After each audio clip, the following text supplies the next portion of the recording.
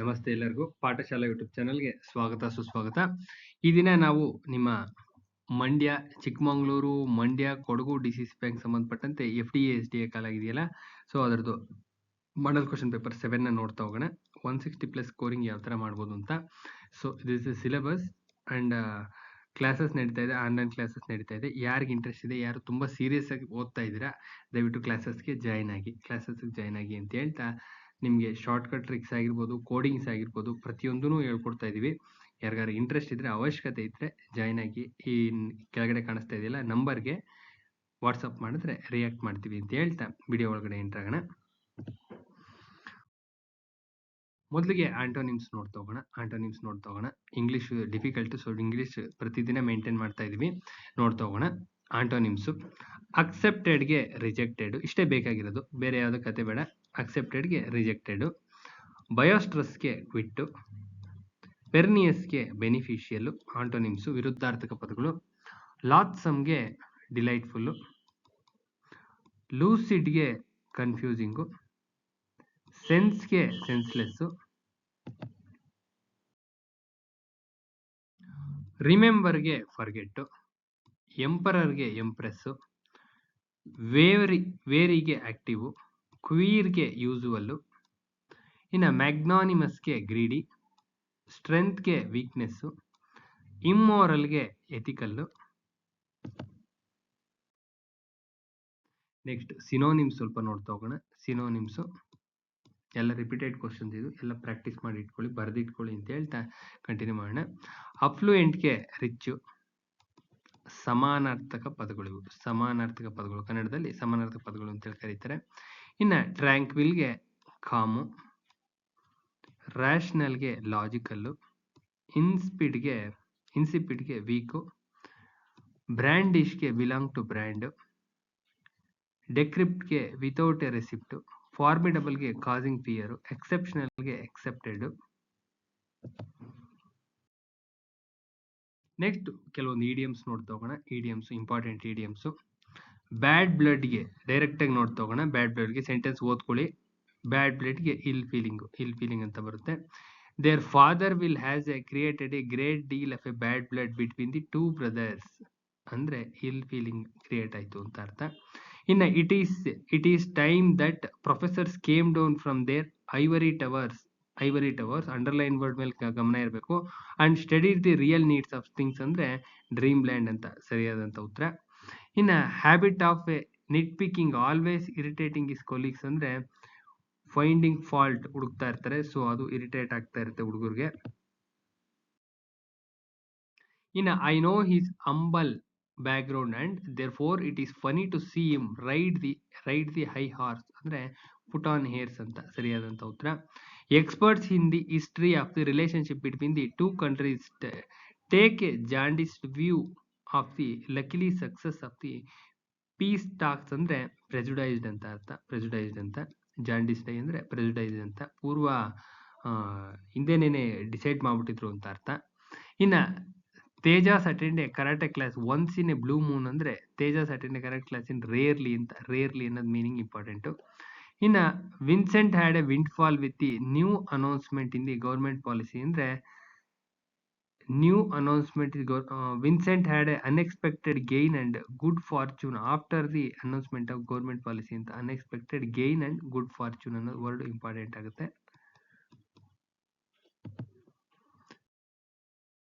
Next Rahul fought tooth and nail to save the company and interest of their stock holders. ಈ word important. Rahul fought as best he could to save the company and the interest of the stock holders. Maximum try ಮಾಡ್ದ ಕಂಪನಿನ save ಮಾಡಲಿಕ್ಕೆ ಅಂತ. ಇನ್ನು she burnt Har fingers, ಇಷ್ಟೇ ಬೇಕಾಗಿರೋದು, ಕೈ ಸುಟ್ಕೊಂಡ್ಲು ಅಂತ. She got Har self into trouble, ಇಷ್ಟೇ. ಇವೆರಡೇ ಇಂಪಾರ್ಟೆಂಟ್ ವರ್ಡ್ಸ್, ಇವೆರಡು ಕೀವರ್ಡ್ಸ್, ಇವೆರಡು ಗೊತ್ತಿರ್ಬೇಕಷ್ಟೇ. ಕಾಕ್ ಅಂಡ್ ಬುಲ್ ಸ್ಟೋರಿ ಅಂದರೆ ಇಲ್ಲೇ ಇದೆಯಲ್ಲ, ಹೈಲಿ ಇಂಟ್ರೆಸ್ಟಿಂಗ್ ಆಗಿರುತ್ತೆ, ಬಟ್ ಹೈಲಿ ಇಂಪಾಸಿಬಲ್ ಸ್ಟೋರಿ. ಇಷ್ಟೇ ಬೇಕಾಗಿ ಕೀವರ್ಡ್ಸ್, ಇವೆಲ್ಲ ಕೀವರ್ಡ್ಸ್. ಅಷ್ಟು ಗೊತ್ತಿರೋ ಈ ಕೀವರ್ಡ್ಸ್ ಗೊತ್ತಿತ್ತು ಅಂದರೆ ಟಿಕ್ ಮಾಡಿ ಬರ್ತಾ ಇರ್ಬೋದು. ನೆಕ್ಸ್ಟ್ ನಿಮ್ಮ ಜಿ ಕೆ ನೋಡ್ತಾ ಹೋಗೋಣ. ಸ್ವಲ್ಪ ಜಿ ಕೆ ನೋಡ್ತಾ ಹೋಗೋಣ. ಎಲ್ಲಾದರೂ ಇರು ಎಂತಾದರೂ ಇರು ಎಂದೆಂದಿಗೂ ನೀವು ಕನ್ನಡವಾಗಿರು ಕುವೆಂಪು ಅವರು ಬರೆದಿರ್ತಕ್ಕಂಥದ್ದು. 1918ನಲ್ಲಿ ನಡೆದಂತ ಗೋಕಾಕ್ ಮೂವ್ಮೆಂಟು ಭಾಷಾ ಹಕ್ಕುಗಳ ಆಂದೋಲನ, ಕನ್ನಡ ಭಾಷೆಯನ್ನು ಪ್ರಥಮ ಭಾಷೆ ಮಾಡಬೇಕು ಅಂತೇಳಿ ಅವಾಗಲೇ ಇದಾಗಿದ್ದು. ಇನ್ನು ಆನಂದ ಕಂದ ಅಂತಕ್ಕಂಥ ಬಿರುದಿರ್ತಕ್ಕಂಥದ್ದು ಬೆಟಗೇರಿ ಕೃಷ್ಣ ಶರ್ಮಾ ಅವ್ರಿಗೆ. ಇವೆಲ್ಲದೂ ಇಂಪಾರ್ಟೆಂಟ್ ಕ್ವಶನ್ಸ್ ಇದು. ಇನ್ನ ಲೋಹದ ಕರಕುಶಲತೆಗೆ ಉದಾಹರಣೆ ಬಿದಿರಿ ಕಲೆ. ಹಳ್ಳಿಕಾರ್ ಜಾನುವಾರುಗಳು ಯಾವ ಪ್ರದೇಶಕ್ಕೆ ಅಂದ್ರೆ ಕರ್ನಾಟಕದಲ್ಲಿ ಇರ್ತಕ್ಕಂಥವು. ಇನ್ನ ಲೋಹದ ಕರಕುಶಲತೆ ರಿಪೀಟ್ ಆಗಿದೆ, ಇದು ಇಸ್ ರಿಪೀಟೆಡ್ ಕ್ವಶನ್. ಇನ್ನು ಉದಯವಾಗಲಿ ನಮ್ಮ ಚೆಲುವ ಕನ್ನಡ ನಾಡು ಹುಯಿಲುಗೋಲು ನಾರಾಯಣರಾವು. ಕನ್ನಡದ ಕುಲಪುರೋಹಿತರು ಆಲೂರು ವೆಂಕಟರಾವರು. ಆದಿಕವಿ ಪಂಪ. ನಡುಗಟ್ಟು ನುಡಿಗಟ್ಟಿನ ಅರ್ಥ. ನಡುಗಟ್ಟು ಅಂದ್ರೆ ಸಿದ್ಧನಾಗೋದು ಅಂತ, ಕಂಕಣ ಕಟ್ಟೋದು ಅಂತ. ಕನ್ನಡದಲ್ಲಿ ಉಪಲಬ್ಧವಾದಂತ ಗದ್ಯ ಕೃತಿ ಒಡ್ಡಾರಾಧನೆ ಶಿವಕೋಟಾಚಾರ್ಯರದು. ಇನ್ನ ಚನ್ನಬಸವಣ್ಣನವರ ಅಂಕಿತನಾಮ ಕೂಡಲ ಚೆನ್ನ ಸಂಗಯ್ಯ ಅಂತ. ಕನ್ಫ್ಯೂಷನ್ ಬೇಡ, ಕೂಡಲ ಚೆನ್ನ ಸಂಗಯ್ಯ ಅಂತ. ಇನ್ನ ಕನ್ನಡದ ಕೋಗಿಲೆ ಪಿ ಕಾಳಿಂಗರಾವ್ ಅಂತ. ಚಂಪು ಕಾವ್ಯ ಅಲ್ಲದೆ ಇರ್ತಕ್ಕಂಥದ್ದು ಹರಿಭಕ್ತ ಸಾರ ಚಂಪು ಕಾವ್ಯ ಅಲ್ಲ. ಇನ್ ಮಿಕ್ಕಿದ್ದೆಲ್ಲಾನು ಚಂಪು ಕಾವ್ಯನೇ. ಅಂದ್ರೆ ವಿಕ್ರಮಾರ್ಜುನ ವಿಜಯ, ಗಿರಿಜಾ ಕಲ್ಯಾಣ, ಮನ್ಮಥ ವಿಜಯ, ಇವು ಮೂರುನು ಚಂಪು ಕಾವ್ಯನೇ, ಗೊತ್ತಿರಬೇಕು. ಕಯ್ಯಾರ ಕಿಯಣ್ಣರಯ್ಯ ಅವರ ಕಾವ್ಯನಾಮ ದುರ್ಗಾದಾಸ ಅಂತ. ಕನ್ನಡ ಭಾಷೆ ಮೊದಲ ವ್ಯಾಕರಣ ಗ್ರಂಥ ಶಬ್ದಮಣಿ ದರ್ಪಣ. ಇಂಪಾರ್ಟೆಂಟ್ ಇದು. ಮೊದಲ ವ್ಯಾಕರಣ ಗ್ರಂಥ, ಫಸ್ಟ್ ವ್ಯಾಕರಣ ಇದರಿಂದನೇ ಪ್ರಾರಂಭ ಆಗಿದ್ದು ಶಬ್ದಮಣಿ ದರ್ಪಣ. ಅಭಿನವ ಕಾಳಿದಾಸ ಬಸಪ್ಪ ಶಾಸ್ತ್ರಿ. ಅಭಿನವ ಪಂಪ ನಾಗಚಂದ್ರ, ಗೊತ್ತಿರಲಿ. ಪೂರ್ವ, ಪಶ್ಚಿಮ, ಉತ್ತರ, ದಕ್ಷಿಣ ಎಂಬುದು ದಿಕ್ವಾಚಕಗಳು. ದಿಕ್ಕುಗಳನ್ನ ಸೂಚಿಸ್ತವೆ ಇವು. ತೆಂಕಣ, ಬಡಗಣ ಇವೆಲ್ಲ ಬರ್ತಾವಲ್ಲ ಅವು. ಬೆನ್ನು ತಟ್ಟು ಅಂದ್ರೆ ಪ್ರೋತ್ಸಾಹಿಸೋದು. ಇನ್ನ ಲಂಕೇಶ್ ಅವರ ಯಾವಾಗ ಇದಕ್ಕೆ ಸಾಹಿತ್ಯ ಅಕಾಡೆಮಿ ಅವಾರ್ಡ್ ಬಂತಪ್ಪ ಅಂದ್ರೆ ಕಲ್ಲು ಕರಗುವ ಸಮಯ ಬಂತು. ನೆರ್ದಾವೀಳೆ ನಾಡೋಳ್ ಕಾಳ್ದೋಳ್ ಕುರುಂಬಿಟ್ಟಿ ವಿಟ್ಟಾರ್, ಈ ಉಕ್ತಿಗಳು ಯಾವ ಶಾಸನದಿಂದ ಬಂದಿದೆ ಅಂದ್ರೆ ಅಲ್ಮಿಡಿ ಶಾಸನದಿಂದ. ಇದು ಇಂಪಾರ್ಟೆಂಟ್, ಇದು ಗೊತ್ತಿರಬೇಕು. 8ನೇ ಜ್ಞಾನಪೀಠ ಪ್ರಶಸ್ತಿ ಪಡೆದಿದ್ದು ಕಂಬಾರ್ ಅವರು 2010ನೇ ಇಸ್ವಿ, ಗೊತ್ತಿರಲಿ. 8ನೇ ಜ್ಞಾನಪೀಠ ಪ್ರಶಸ್ತಿ ಇದಾಗಿದೆ, ರಿಪೀಟೆಡ್ ಕ್ವಶನ್. ನಿಮ್ಮ KMF ಅಲ್ಲಿ ಬಂದಿದೆ, ಕಾಣಿಸ್ತಾ ಇದೆಯಾ? ಇಂಪಾರ್ಟೆಂಟ್ ಇದು. ಗೋಕುಲ ನಿರ್ಗಮನ ಪೂತಿನ ಅವ್ರದ್ದು. ಸಸ್ಯಶಾಸ್ತ್ರ ಬರಹಗಾರರಾಗಿ ಪ್ರಸಿದ್ಧರಾದವರು BGL ಸ್ವಾಮಿ, ಗುಂಡಪ್ಪ ಅವರ ಮಗ. 4ನೇ ರಾಷ್ಟ್ರಪತಿಯವರು VV ಗಿರಿ. ಮರಣದಂಡನೆ ದೊರೆತಾಗ ವ್ಯಕ್ತಿಗೆ ಕ್ಷಮಾದಾನ ನೀಡತಕ್ಕಂಥ ಅಧಿಕಾರ ಇರ್ತಕ್ಕಂಥದ್ದು ರಾಷ್ಟ್ರಪತಿಯವರಿಗೆ ಮಾತ್ರ. ಅಟಾರ್ನಿ ಜನರಲ್ ನೇಮಕ ಮಾಡೋದು ರಾಷ್ಟ್ರಪತಿಗಳು. ಇನ್ನ ಭಾರತದಲ್ಲಿ ಲೆಕ್ಕ ನಿಯಂತ್ರಣ ಅಧಿಕಾರಿ ಮತ್ತು ಪ್ರಧಾನ ಲೆಕ್ಕ ಶೋಧಕರನ್ನ ನೇಮಿಸ್ತಕ್ಕಂಥದ್ದು ಭಾರತದ ರಾಷ್ಟ್ರಪತಿಗಳು. ಸಂವಿಧಾನದಲ್ಲಿ ಕೇಂದ್ರ ನಿರ್ವಹಣಾ ಅಧಿಕಾರ ಯಾರಿಗಿದೆಯಪ್ಪ ಅಂದ್ರೆ ರಾಷ್ಟ್ರಪತಿಗಳಿಗೆ ಇದೆ. ರಾಷ್ಟ್ರಪತಿಯಾಗಲು ಅಗತ್ಯವಿರತಕ್ಕಂಥ ಏಜು 35 ಇಯರ್ಸ್. ರಾಷ್ಟ್ರಪತಿಯು ಲೋಕಸಭೆಯನ್ನ ಪ್ರಧಾನಮಂತ್ರಿಗಳ ಶಿಫಾರಸಿನ ಮೇರೆಗೆ ಮಾತ್ರ ವಿಸರ್ಜನೆ ಮಾಡಬಹುದು. ಪ್ರಧಾನಮಂತ್ರಿಗಳಿಗೆ ಅಷ್ಟೇ ಅಧಿಕಾರ ಇರೋದು, ಇನ್ಯಾವುದಕ್ಕೂ ಇಲ್ಲ. ಪ್ರಧಾನಮಂತ್ರಿಗಳು. ಸ್ವತಂತ್ರ ಭಾರತದ ಮೊದಲ ರಾಷ್ಟ್ರಪತಿ ಬಾಬು ರಾಜೇಂದ್ರ ಪ್ರಸಾದ್. ಮುಖ್ಯ ಚುನಾವಣಾ ಅಧಿಕಾರಿಗಳನ್ನ ಆರ್ಟಿಕಲ್ 324 ಪ್ರಕಾರ ರಾಷ್ಟ್ರಪತಿಗಳು ನೇಮಕ ಮಾಡ್ತಾರೆ. ಭಾರತದ ಮೊಟ್ಟ ಮೊದಲ ಮಹಿಳಾ ರಾಷ್ಟ್ರಪತಿ ಪ್ರತಿಭಾ ಪಾಟೀಲ್. ಭಾರತದ APC ಪಡೆಗಳ ಸರ್ವೋಚ್ಚ ಕಮಾಂಡರ್ ಯಾರಾಗಿರ್ತಾರಪ್ಪ ಅಂದ್ರೆ ರಾಷ್ಟ್ರಪತಿಗಳಾಗಿರ್ತಾರೆ. ಇನ್ನ ರಾಷ್ಟ್ರಪತಿಗಳಿರುವ ಕ್ಷಮಾದಾನ ಅಧಿಕಾರ ಆರ್ಟಿಕಲ್ 72 ಪ್ರಕಾರ. ಭಾರತದ ರಾಷ್ಟ್ರಪತಿಯ ದೋಷಾರೋಪಣೆ ವಿಧಾನವನ್ನ ಯಾವ ರಾಷ್ಟ್ರದಿಂದ ತೆಗೆದುಕೊಳ್ಳಲಾಗಿದೆ ಅಂದ್ರೆ USA ಇಂದ ತೆಗೆದುಕೊಳ್ಳಲಾಗಿದೆ. ಮಹಾಭಿಯೋಗ ಅಂತೇಳಿ ಕರೀತಾರೆ, ಇಂಪೀಚ್ಮೆಂಟ್ ಅಂತೇಳಿ ಕರೀತಾರಲ್ಲ ಅದೇನೇನೆ. ಸಂಸತ್ತಿನ ಜಂಟಿ ಅಧಿವೇಶನ ಯಾರಿಂದ ಕರೆಯಲಾಗುತ್ತೆ ಅಂದ್ರೆ ರಾಷ್ಟ್ರಪತಿಗಳಿಂದ ಕರೆಯಲಾಗುತ್ತೆ. ಆರ್ಟಿಕಲ್ 108. ರಾಷ್ಟ್ರಪತಿಗಳು ಕರೀತಾರೆ, ಜಂಟಿ ಅಧಿವೇಶನವನ್ನ ಕರೆಯುವವರು ರಾಷ್ಟ್ರಪತಿಗಳು. ಆದ್ರೆ ಇದು ಡಿಫರೆನ್ಸ್ ಇದೆ. ಅಧ್ಯಕ್ಷತೆ ವಹಿಸೋರು ಲೋಕಸಭಾ ಸ್ಪೀಕರ್, ಗೊತ್ತಿರ್ಬೇಕು ನಿಮ್ಗೆ. ಭಾರತದ ಪ್ರಥಮ ನಾಗರಿಕ ರಾಷ್ಟ್ರಪತಿಗಳು. ಭಾರತದ ಮೊದಲ ಕಾರ್ಯಾನ್ವಿತ ಅಧ್ಯಕ್ಷರಾಗಿದ್ದವರು ಯಾರು? ಇದೇ ವರ್ಡಿಂಗ್ ಇರುತ್ತೆ, ನೋಡ್ಕೋಬೇಕು. ಕಾರ್ಯಾನ್ವಿತ ಅಧ್ಯಕ್ಷರು VV ಗಿರಿ ಅವರು. ರಾಷ್ಟ್ರಪತಿ ತಮ್ಮ ರಾಜೀನಾಮೆಯನ್ನು ಉಪರಾಷ್ಟ್ರಪತಿಗೆ ಕೊಡ್ತಾರೆ, ಇನ್ನೆಲ್ಲೂ ಕೊಡಲ್ಲ. ಅಬ್ದುಲ್ ಕಲಾಂ ಅವರು 11ನೇ ರಾಷ್ಟ್ರಪತಿಯಾಗಿದ್ರು. ಇನ್ನ ಭಾರತದಲ್ಲಿ ಕೆಳಗಿನವುಗಳು ಯಾವುದು ಸಂವಿಧಾನ ಅಡಿಯಲ್ಲಿ ಒಳಗೊಂಡಿರುವುದಿಲ್ಲ ಅಂದ್ರೆ ರಾಷ್ಟ್ರಾಧ್ಯಕ್ಷ ಸರ್ಕಾರ ಇಲ್ಲ. ರಾಷ್ಟ್ರಾಧ್ಯಕ್ಷರು ಸರ್ಕಾರ ನಡೆಸೋದಿಲ್ಲ, ಹೆಡ್ ಆಗಿರ್ತಾರೆ ಅಷ್ಟೇ.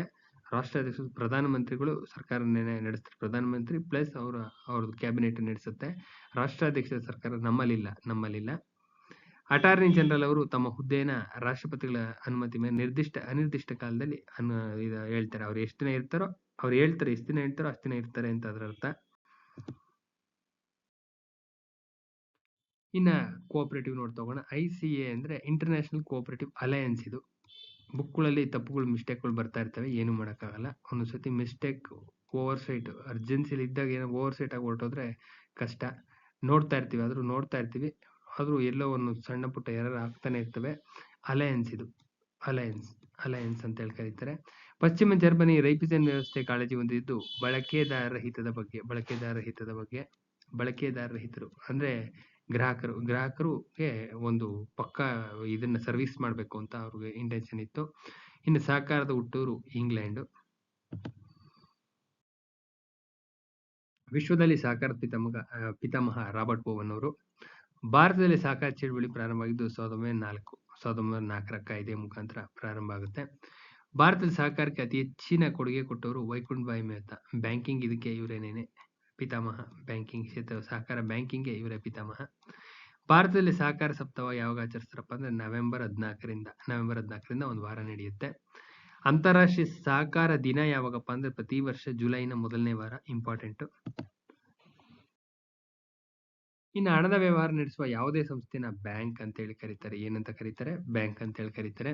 ವಾಣಿಜ್ಯ ವ್ಯವಹಾರಗಳಿಗೆ ಹಣಕಾಸನ್ನು ಒದಗಿಸುವ ಕಾರ್ಯದಲ್ಲಿ ನಿರತವಾಗಿರ್ತಕ್ಕಂಥ ಬ್ಯಾಂಕ್ಗಳಿಗೆ ವಾಣಿಜ್ಯ ಬ್ಯಾಂಕುಗಳು ಅಂತ ಹೇಳಿ ಕರೀತಾರೆ. ವಾಣಿಜ್ಯ ಬ್ಯಾಂಕ್ ಅಂತ.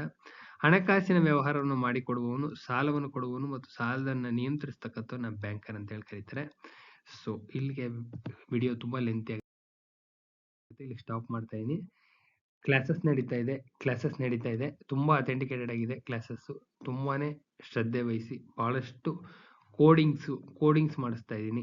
ಕೋಡಿಂಗ್ಸ್ ಇದೆ, ಕೋಡ್ಸು ಅಂಡ್ ಶಾರ್ಟ್ಕಟ್ ಟ್ರಿಕ್ಸ್ ಅಂತ ಮಾಡಿಸ್ತೀವಿ. ಅದು ಶಾರ್ಟ್ಕಟ್ಸ್ ಗೊತ್ತಾಗುತ್ತೆ, ನಿಮಗೆ ಗೊತ್ತಾಗುತ್ತೆ. ಸ್ಕೋರಿಂಗ್ ಹೈಕ್ ಆಗುತ್ತೆ. ಸೊ ಎಲಿಮಿನೇಷನ್ ಮೆಥಡ್ನ ಲಾಸ್ಟಲ್ಲಿ ಮಾಡಿಸ್ತಾ ಇದೀವಿ.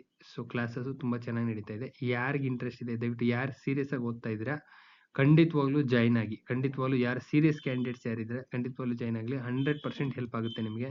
160 ಸ್ಕೋರಿಂಗ್ಗೆ ತುಂಬಾನೇ ಹೆಲ್ಪ್ ಆಗುತ್ತೆ ಅಂತ ಹೇಳ್ತಾ ಈ ವಿಡಿಯೋನ ಎಂಡ್ ಮಾಡ್ತಾ ಇದೀನಿ. ವಿಡಿಯೋ ಎಂಟ್ರೆನ್ಸ್ ಅಲ್ಲಿ ನಂಬರ್ ಇದೆ, ವಾಟ್ಸಪ್ ನಂಬರ್ ಇದೆ. ಯಾರಿಗೆ ಇಂಟ್ರೆಸ್ಟ್ ಇದೆ ದಯವಿಟ್ಟು ಅವ್ರಿಗೆ ಮೆಸೇಜ್ ಮಾಡಿ ಅಂತ ಹೇಳ್ತಾ ವಿಡಿಯೋನ ಎಂಡ್ ಮಾಡ್ತಾ ಇದೀನಿ. ನಾಳೆ ಇನ್ನೊಂದು ವಿಡಿಯೋ ಜೊತೆ ಭೇಟಿಯಾಗೋಣ. ನಮಸ್ಕಾರ.